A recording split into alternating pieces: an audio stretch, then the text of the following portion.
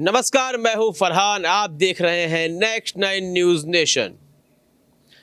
इस वक्त उत्तर प्रदेश में चर्चा का विषय है अखिलेश यादव। आखिर क्यों है? इसलिए नहीं कि विधानसभा चुनाव हारे थे, बल्कि इसलिए कि वह उपचुनाव हार गए। वह 2 लोकसभा सीट वह गंवा बैठे हैं जिन पर कहीं न कहीं उनका एक तरफा अधिकार होता था। वह लोकसभा सीटें जिन्हें उनकी पुश्तैनी सीट कहा जाता था, वह लोकसभा सीटें जहां एक ओर से अखिलेश यादव जीत कर आए थे, वहीं दूसरी ओर आजम खान वहां से जीतते थे।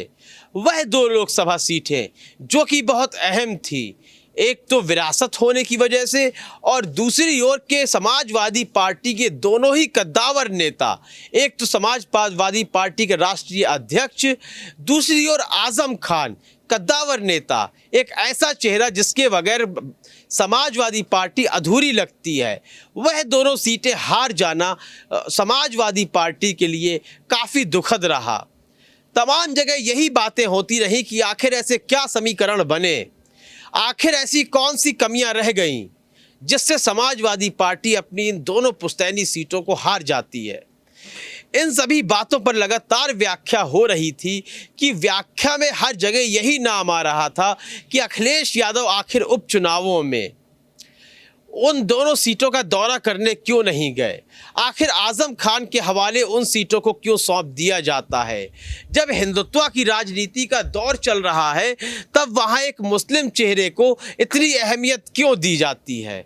आजम खान को लेकर बार बार विपक्ष और खुद पक्ष के नेता भी सवाल उठाते रहे हैं, फिर भी आजम खान को इस तरह से दोनों सीटों में आगे कर देना, आजम खान के कहने से कपिल सिब्बल को टिकट देना, रामपुर विधानसभा में भी आजम खान के प्रत्याशी को उतार देना, इस बात को लगातार दर्शा रहा था कि समाजवादी पार्टी में आज भी आजम खान के ही चर्चे हैं, आज भी आजम खान के हाथों में लगाम है समाजवादी पार्टी की। यह कारण बिल्कुल हो सकते हैं जिसकी वजह से समाजवादी पार्टी हार गई।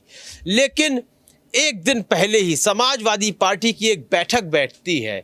इस बैठक में चिंतन किया जाता है, मनन किया जाता है कि आखिर इन दोनों सीटों में आखिर हार कैसे हुई। उसमें जाकर यह परिणाम निकलता है कि अखिलेश यादव उत्तर प्रदेश में प्रदेश अध्यक्ष को छोड़कर बाकी पूरी कार्यकारिणी को निरस्त कर देते हैं, भंग कर देते हैं। यानी कि चाहे वह महिला विंग हो या युवा विंग हो, कोई भी विंग हो, सारे विंग को निरस्त कर देते हैं और अब नए विंग बनाने की तैयारियां हो रही होंगी। लेकिन क्या इन विंग को निरस्त कर देना, भंग कर देना सारी कार्यकारिणी को, समस्या का यही निवारण है? क्या इस वजह से समाजवादी पार्टी हारी है? बिल्कुल नहीं। यदि मैं अपनी राय देना चाहूँगा तो मुझे बिल्कुल नहीं लगता है कि समाजवादी पार्टी के हार के यही कारण है, बल्कि यदि कारण देखा जाए तो वह खुद समाजवादी पार्टी के अध्यक्ष के रूप में ही छिपा है। बिल्कुल स्पष्ट हो जाता है जब ओपी राजभर भी यह बात कह देते हैं कि अखिलेश यादव सिर्फ अपने पिता के नेतृत्व में ही एक बार यहाँ मुख्यमंत्री बने, लेकिन अपने नेतृत्व में जितने भी चुनाव लड़े उन सभी चुनावों में अखिलेश यादव को हार का सामना करना पड़ा। यानी कहीं ना कहीं अखिलेश यादव की कोताही सामने आ रही है, अखिलेश यादव की मेहनत में कमी है। अखिलेश यादव को जिस प्रकार प्रचार करना चाहिए था वह बिल्कुल नहीं किया, जिस प्रकार से एक चाणक्य की भूमिका निभानी चाहिए थी वह बिल्कुल नहीं निभाई।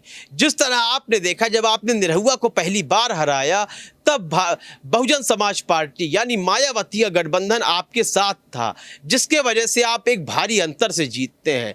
लेकिन मौजूदा समय में आपने मायावती के साथ किसी भी प्रकार की बात नहीं की, कोई विचार नहीं किया और इसी खुशफहमी में रहे कि आप वहां चुनाव जीत जाएंगे। लेकिन अंतर था, पहले मायावती साथ थी, इस बार विरोध में गुड्डू जमाली को उतार दिया था जो आजमगढ़ में अच्छा खासा प्रभाव रखते थे।